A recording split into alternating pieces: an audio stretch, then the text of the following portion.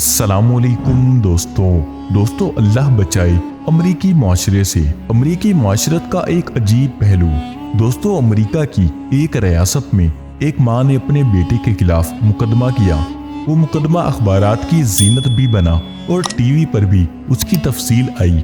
माँ ने ये मुकदमा किया कि मेरे बेटे ने घर में कुत्ता पाला हुआ है और रोजाना 3-4 घंटे उसके साथ गुजारता है, उसे नहलाता है, उसकी जरूरियात पूरी करता है, उसे अपने साथ टहलने के लिए भी ले जाता है, रोजाना सैर करवाता है और खिलाता है पिलाता भी खूब है।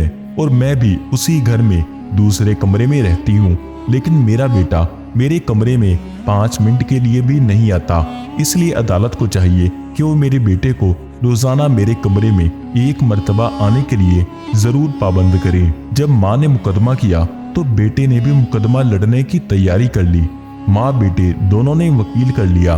दोनों वकील जज के सामने पेश हुए और कार्रवाई मुकम्मल करने के बाद जज ने जो फैसला सुनाया, मुलाहिजा कीजिए। अदालत आपके बेटे को आपके कमरे में 5 मिनट आने पर मजबूर नहीं कर सकती, क्योंकि मुल्क का कानून है कि जब औलाद 18 साल की हो जाए तो उसे हक हासिल होता है कि चाहे तो वालिदैन को कुछ टाइम दे या ना दे, बिल्कुल अलहदगी अख्तियार कर ले। रही बात कुत्ते की, तो कुत्ते के हकूक लाजिम हैं जिन्हें अदा करना इस पर जरूरी है।